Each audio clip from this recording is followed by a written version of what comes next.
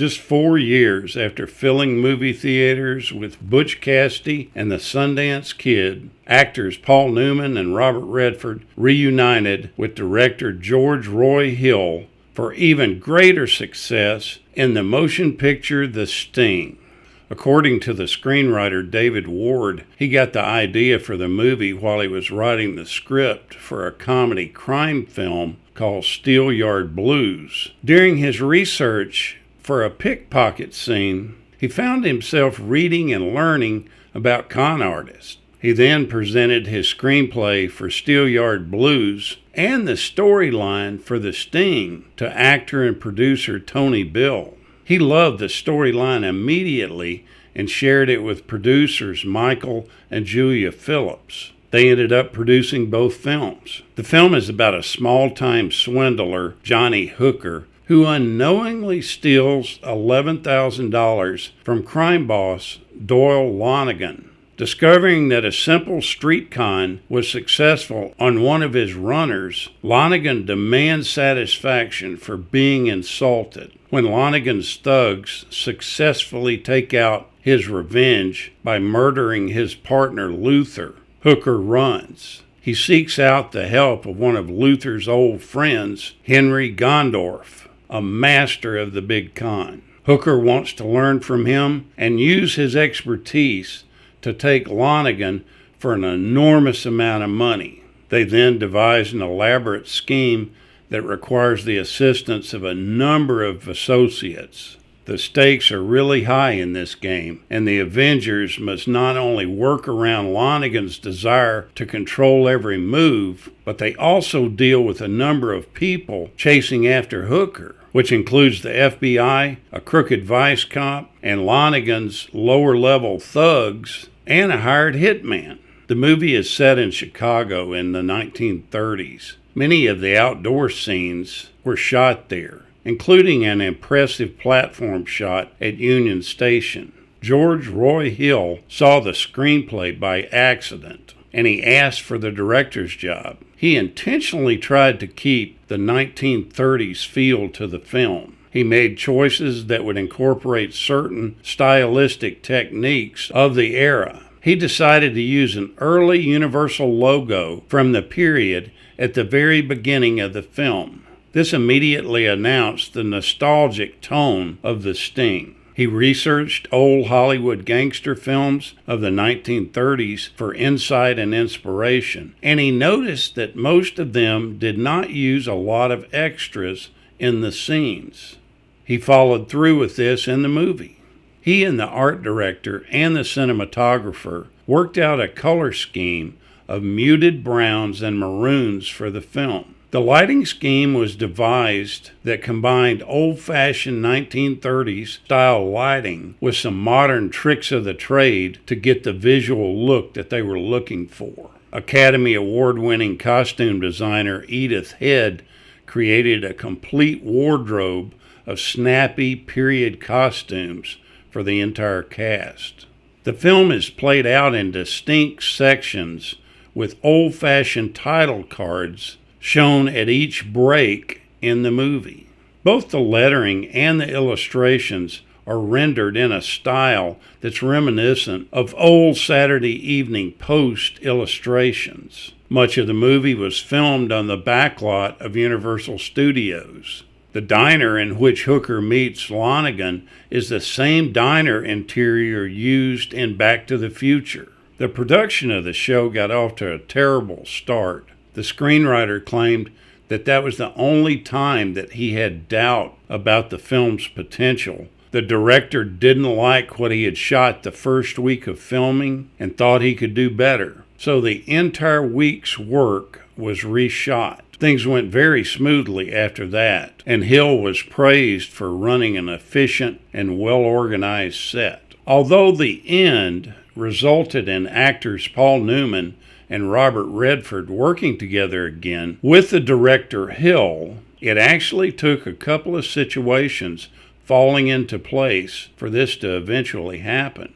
When the producers first agreed to David Ward's screenplay, which was actually based only in his telling them the story, The original agreement was for him to direct the film as well. When Redford began showing interest in the project, he stated that he would not do such a complicated film with a first-time director at the helm.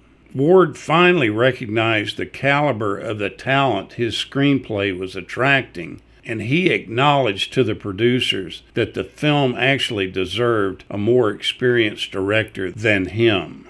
During this time of Redford's concern, it was Jack Nicholson who was being offered the role of Johnny Hooker. He turned down the role, however, and Redford changed his mind and decided to play the role.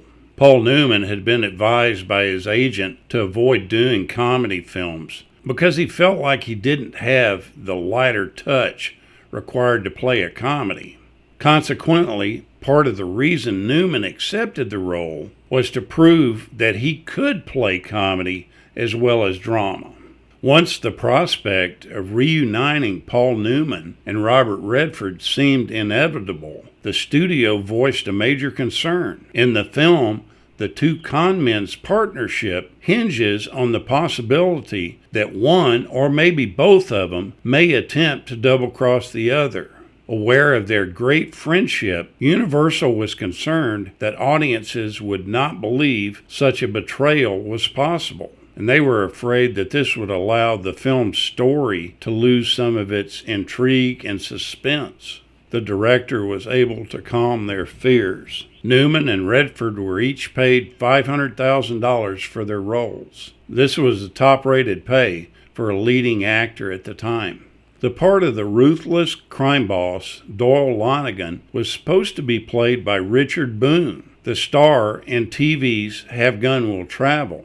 Boone had actually signed on for the sting, but he dropped out with no reason being given. The veteran actor Robert Shaw was hired to play the role. His character's limping in the film was actually authentic. You see, he had slipped on a wet handball court at the Beverly Hills Hotel a week before filming began, and he had tore ligaments in his knee. He wore a leg brace during the entire production that was hidden under his pants.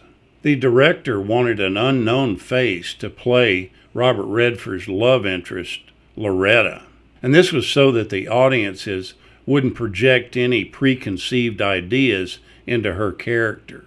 The actress selected to play her, Demetria Arliss, had heard that some Universal executives thought that she wasn't pretty enough to be Redford's love interest.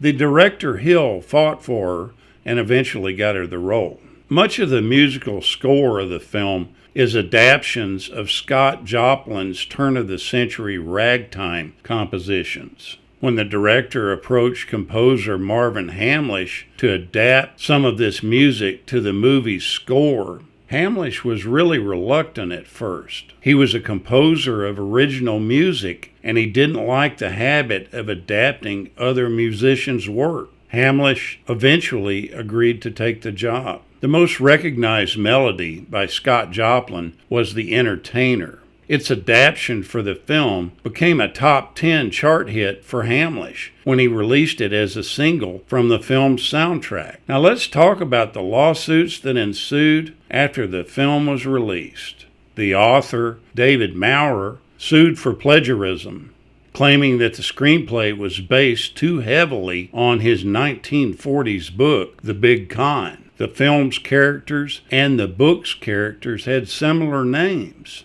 Universal Studios quickly settled this out of court for $300,000. Now, this lawsuit really bothered screenwriter David Ward, who had used many nonfiction books as research material, and in reality, he had not plagiarized any of them. Another lawsuit followed when a company called Fallaway Productions claimed that since they had bought the rights of that book, The Big Con, back in 1952, any movie ripping off from that book was actually ripping off from them too. That case was actually thrown out because Fallaway Productions failed to get the author of the book to go along in the suit. Now, Paul Newman even got involved in the suing. He sued for a refund on the state of California income tax that he paid for the money that he earned from the sting, claiming that he should have been charged the out-of-state rate, not the resident rate. He ended up winning that suit